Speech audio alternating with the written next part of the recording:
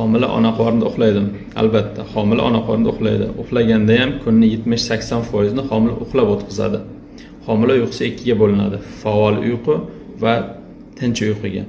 Tinch uyqu, faol uyqu va homilaning uyg'oqlik davri siklik ravishda o'zgarib turadi.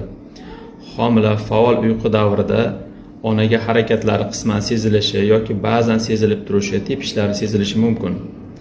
Tinch uyqu davrida onaga harakat sezilmasligi mumkin. Tekshiruvlar davomida faol uyqu bo'lgan vaqtda esnashlari, ko'z harakatlari, oyoq-qo'l harakatlari kuzatiladi.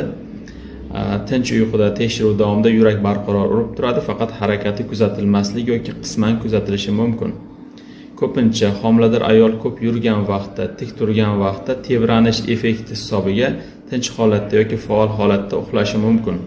Kechasi yotganda esa ko'p qimirlashi tabiiy hol hisoblanib, bunda uyg'oqlik davriga ko'p mos keladi.